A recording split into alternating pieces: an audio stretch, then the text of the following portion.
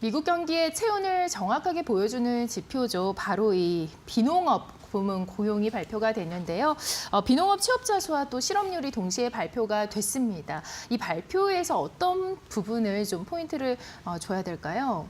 네, 일단은 이제 발표가 되고 있네요. 그 발표가 한동안 안 돼서 다들 걱정을 많이 했잖아요. 연준 의원들도 어떤 지표를 참조해서 금리 결정을 해야 되는가 고민이 많았는데 네. 결국에는 이제 제자리로 돌아왔습니다. 뭐 다시 또 뭐 셧다운 사태가 또 벌어질지도 모르겠지만 계속 그런 식으로 나가다 보면 사실 그렇죠. 마비가 된다는 생각이 들고 이제는 나오니까 다행입니다. 그래서 우리가 그동안 이제 미국 그 노동고용부에서 나오는 자료가 없다 보니 네. 민간에서 나오는 자료를 그쵸. 그 뭐 참조할 수밖에 없었잖아요. 네. 그게 대표적으로 이제 ADP고 ADP에는 지금 미국 그 근로자들의 연봉 데이터들이 대부분 있기 때문에 거기서 빅데이터가 자동적으로 추출돼서 나옵니다. 근데 이제 거기서 문제는 정부나 공공 부분에 그 데이터가 없다는 거잖아요.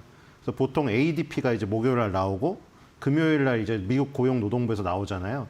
큰 차이는 이제 미국 고용노동부에서 나오는 것들은 정부와 공공기관 쪽이 포함되어 있다는 거. 네. 왜냐 그게 왜 중요하냐면은 지금 아까도 살짝 나왔지만 그 앨런 머스크가 이 도지 효율부에 있을 때 그때 굉장히 칼을 많이 들이댔단 말이에요. 네. 그때 막 FBI, CIA까지 들이댔거든요.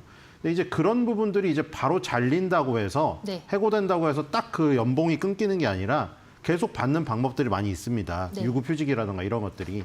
그런 것들이 이제 9월 말이나 뭐 10월 달까지 돈을 받다가 이제 끊겨서 이제 정말 퇴직하는 사람으로 잡히기 시작한 것들.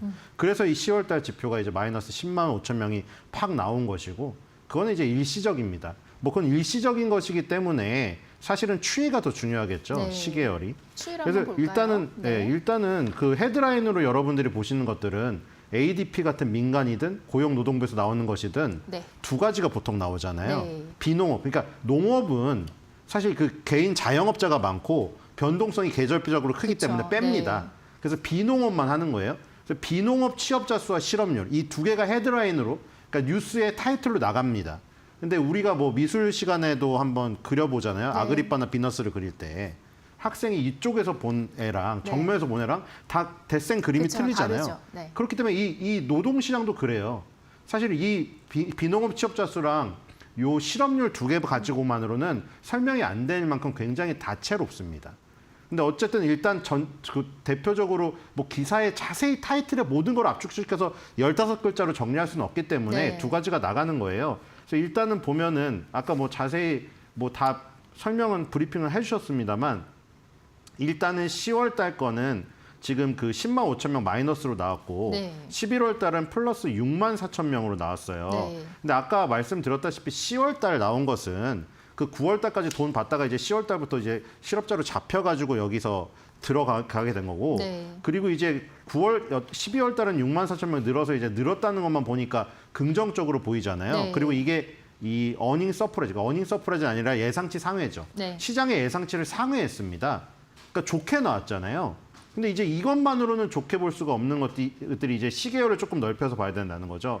2022년도부터 나온 이 자료를 지금 보고 계신데 네. 아까 말했던 대로 지금 10월 달 빨간색 음수 나온 건데 일시적이라 네. 그렇다고 칠 수가 있어요. 근데 이 추이가 내려가고 있기 때문에 그 부분도 그냥 뭐 하나의 일시적인 부분으로 넘길 수는 없는 부분이라는 것이죠.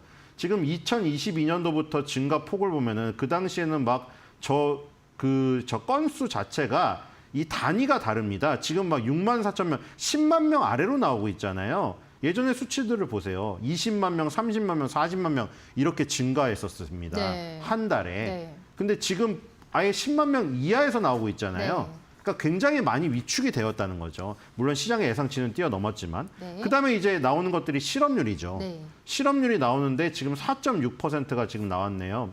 4.6%의 수치가 어디를 가야 되냐면 왼쪽에 보면 2021년도로 되어 있죠. 네. 2021년도를 소환해야 될 정도예요, 지금. 많이 치솟았죠. 지금 3.5 부근에서 2023년부터 꾸준히 올라서 지금 4.5를 돌파했습니다. 그래서 2021년도 한 10월 달 그 정도 수준에 가야 4.6이 나오거든요. 이 상태로 계속 진행된다고 하면 지금 5% 가까운 실업률도 지금 도달 가능한 지금 그 추이가 아닌가 이것도 차트 분석이 똑같이 들어가거든요. 네. 밑바닥에서 여러 바닥을 놓으면서 지금 올라가면서 정고점을 돌파하는 모습이잖아요. 네. 완연한 상승세의 모습이죠. 그렇기 때문에 실업률은 요거는 또 예상치 상회. 그러니까 둘 다 예상치 상회인데 실업률은 예상치 상회가 안 좋은 거고 네. 고용자 수는 예상치 상회가 좋은 거잖아요. 그쵸. 그러니까 1대1로 비겨서 나왔어요. 근데 아까 말했다시피 우리는 다채로운 면을 봐야 되기 때문에 더 다양한 지표를 살펴볼 필요가 있습니다. 네, 좋습니다. 자, 지금 말씀하신 대로 숫자만 봤을 때는 일단 뭐 비농업 부문 고용이 6만 개가 넘게 이제 증가를 했고 또 이런 네, 부분에 하나는 좋고 있어서는 하나는 좀 나쁘게 좋고 나왔잖아요. 또 실업률은 안 좋게 나왔고 그렇죠. 자, 현장의 분위기가 좀 다르다는 이야기가 있습니다. 실제 이 차강 고용 시장이 좀 다른가요? 네, 우리가 그 졸트에서도 봤잖아요. 졸트에서 맨 앞에 나오는 건 뭐예요? 타이틀에 뉴스 타이틀에 구인 공고수입니다. 네. 그래서 구인 공고수가 많고 예상치 상회가 나오면은 기업이 구인 공고를 많이 냈나? 이렇게 해서 단편적으로 봐서 고용시장 좋네 이렇게 판단할 수가 있는데 우리가 네. 그 뒤에 다양한 지표들이 있었잖아요. 네. 이것도 똑같아요. 네. 일단 뭐 이런 걸 한번 보죠. 멀티플 잡. 이게 우리나라에도 이런 현상들이 많이 있는데 네. 여러분들 뭐 회사원분들인데 주말에 쿠팡을 뛰시는 분도 네, 유튜브 보면 있습니다. 꽤 많고요. 대리기사를 뛰시는 그렇죠. 분도 많아요. 그 배민 파트너스라고 요즘 배달하시는 분도 네. 많고. 그러니까 투잡, 쓰리잡, 포잡을 뛰고 계신다는 거거든요. 네. 근데 그게 우리나라만의 현상이 아니라는 게 지금 이 미국에도 이렇게 나타납니다. 네. 지금 이거를 보면은 아까 고용자 수가 예상치 상회를 하고 실업률이 지금 느는 거를 1대1로 지금 가져갔는데 예. 이 안에서는 지금 더 악화되고 있는 부분을 보일 수가 있죠. 만약에 내가 가진 하나의 일자리가 내 가게의 부담을 지는데 충분하다면 굳이 이렇게 힘들게 투잡, 쓰리잡 할 필요가 없죠. 이 시간에 여가 생활을 즐겨야 되지 않겠습니까? 네. 근데 여가 생활을 즐기지 못한다는 게 여기에 드러나는 겁니다. 지금 멀티잡을 가진 사람들의 이 숫자가요. 2022년이죠. 2002년 우리 한일 월드컵 일어났을 때부터 지금 그려져 있는데 네. 그 사이에 20년 사이에 최고치가 2019년도였는데 네. 2019년도 고점은 이미 2024년에 돌파를 했고요. 2024년에 돌파를 한 이후에 조금 주춤거리다가 지금 사상 최고치를 돌파했습니다. 네. 그러니까 지금 투잡, 쓰리잡을 가져가시는 분들이 많다는 거죠. 그러니까 낮에는 회사원, 밤에 배달, 프리랜서 아니면 네. 주말에도 또 뛰시는 분들이 많아졌다. 그렇기 때문에 이제는 이런 것들이 뭐냐면 한 직업으로는 이제 먹고 살기 힘들다는 것을 의미하는 것이고요. 두 번째도 마찬가지거든요. 초록색이 풀타임이고 빨간색이 파트타임입니다. 보시면 어떻게 되어 있나요, 이번 달에? 파트타임이 더 많네요. 잡이 늘어나 버렸고 풀타임 잡은 내려가 버렸습니다. 그리고 이거는 월별로 또 한 달만 보면 그러니까 네. 지금 이 최근의 모습들을 보면은 물론 파트타임 잡하고 풀타임 잡이 다 늘어나긴 했어요. 근데 풀타임 잡의 이 변동성을 보시면요. 파트타임 잡 변동성보다 더 커져 버렸어요. 네. 초록색의 진폭을 보세요. 그렇죠. 그러니까 이게 문제인 거예요. 풀타임 잡, 정규직에 이 진폭이 늘어났다는 거는 변동성이 심해져 버렸다는 거예요. 안정적인 풀타임 잡이 없어지다 보니까 우리가 그 고정관념으로 그냥 일반적으로 생각하는 파트타임 잡은 더 불안하잖아요. 근데 그 시장으로 뛰어든다는 얘기예요. 지금 사람들이. 그러니까 지금 이런 상황이란 거죠. 저게 굉장히 불확실한 지금 상황인 것이고요. 네. 그리고 이런 것도 있습니다. 예를 들어서 지금 고용시장이 안정적이라면 트럼프 행정부 내에서 하에서 지금 계속해서 그 순수 미국 혈통들, 그러니까 국경 차르라고 해서 거기를 완전 통제하고 막 무슨 다 잡아다가 악어 있는 곳에 엘리게이터 감옥까지 만들고 이러잖아요. 그럼 이제 순수 미국인들의 일자리가 늘어나야 되는데 지금 순수 미국인들의 일자리 같은 경우에는 초록색으로 나타나고 있고 네. 지금 외국인 아니면 이민자들의 일자리는 빨간색이에요. 지금 네. 보시면은 최근의 모습을 보면 2024년도, 그러니까 이게 2023년, 4년, 5년, 3년치가 나와 있는데 초록색이 많이 늘어났던 것이 많이 보이는데 지금 이거를 보면 이제 초록색이 많이 늘어나서 저거 많이 순수 미국 혈기 활동 많이 늘어난다는 거 아니야? 이렇게 생각을 하지만 이것도 변동폭이 지금 상당하다는 게 음수 양수를 왔다 갔다 하고 있습니다. 네. 그러네요. 그러니까 지금 이것도 불안정하다는 거예요. 네. 그러니까 순수 미국인들이 가져가는 잡도 불안하다는 거예요. 우리가 보통 백인 그리고 순수 미국인 이런 사람들의 잡이 원래 안정적이고 흑인, 히스패닉 그리고 이민자들의 일자리가 굉장히 불안정한 건데 지금 순수 미국인들의 일자리마저도 이민자들이나 불법 이민자들이나 아니면 외국계 노동자 들하고 똑같은 진폭으로 움직인다는 겁니다.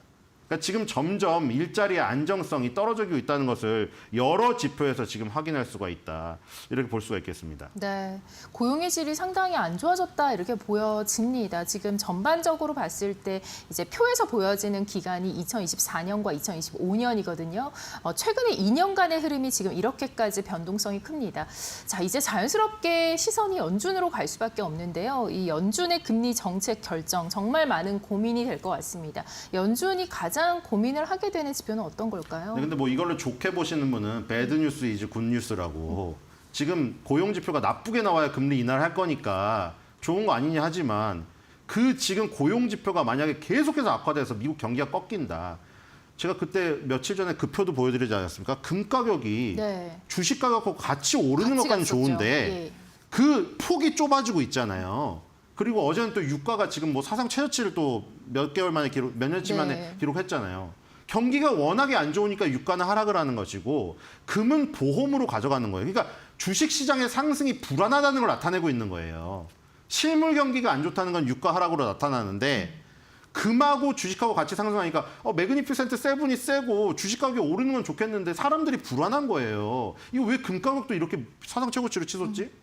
이러는 상황이에요. 그래서 지금 이런 것들이 계속되면 연준이 금리 인하를 경제 지표가 나빠서 한다고 한들 일시적으로 바람은 불어넣을 수 있겠죠. 근데 예를 들어 사람도 똑같잖아요. 이미 시체인 상태에서 우리가 몰핀 주사를 놓던가 심장 충격기를 해봐야 네. 잠깐 몇 초 깨어나고 그 사람은 다시 시체가 되는 거예요. 경제가 죽어버리면 금리 인하로 단기적으로 바람을 불러일으켜서 주식시장 올리는 거 그거는 경기가 좋아져서 근본적으로 금리 인상과 함께 금리와 주가가 동행하는 그것보다는 약한 겁니다. 그래서 지금 연준이 가장 고민하고 있는 것은 그럼 정말 고용시장은 어떤가? 자, 실업률이 아까 전에 올라가고 있다고 했는데 만약에 실업률이 떨어지더라도 가장 중요한 건 바로 이겁니다. 노동시장 참여율이죠. 요거 때문에 왜곡될 수가 있어. 뭐냐면은 이게 노동시장 참여율인데 지금 62.5가 나오잖아요. 근데 2020년 코로나 이전 수치를 보세요. 63.5에 육박합니다. 그러니까 지금은 어떤 상황이죠? 아직도 코로나 이전 상황을 회복 못한 거예요. 아직도 우리는 지금 코로나의 시대에 살고 있는 거예요. 노동시장 참여율은. 네. 근데 이게 왜 중요하냐면 노동시장 참여율이 떨어지면요. 우리가 실업률을 왜곡해서 갈 수가 있습니다. 실업률이 낮게 나올 가능성이 있어요. 근데 이게 무슨 의미냐면 노동시장에 참여하는 사람의 비율이거든요. 그러니까 노동시장에 나 참여 안 하고 나 그냥 어차피 나 일도 일자리도 없고 내가 일할 자신감도 없으니까 일을 그냥 노동시장에 참여 안 해버리는 거예요. 제외가 돼버리는 거예요. 그 사람들이 빠지니까 실업률은 낮게 나올 가능성도 있어요. 그럼 연준이 그걸 봤을 때 실업률이 낮게 나오네 하고 금리를 뭐 동결하거나 인상을 했을 경우에 그게 아니었던 거가 돼버리면은 더 경기가 나빠질 수가 있다는 거죠. 그러니까 이거는 아주 나쁜 거거든요. 실업률이 떨어져서 좋다고 표본적으로 우리가 타이틀로 받아들이면 안 되는 게 네. 노동시장을 아예 외면해버리는 사람들이 많아진다는 거는 이건 경기가 완전 끝나는 겁니다. 그렇죠? 아니 경기에 대한 어떤 회복에 대한 자신감이나 이런 것들이 없으면은 다 놀아버립니다. 그냥. 여러분들 뉴스 많이 나오시죠? 노는 뭐 청년 인구가 얼마다. 아예 노동시장에 참여 안 하고 나 그냥 뭐 일자리 구할 생각도 안 하고 집에서 그냥 바닥만 긁고 있는 거예요. 그렇기 때문에 노동시장 참여율이 2020년 코로나 이전을 회복 못했다는 것은 굉장히 큰 부분이다. 이렇게 보시면 될 것 같아요. 네, 고용의 질, 노동시장의 질이 상당히 지금 부정적으로 해석이 되고 있습니다.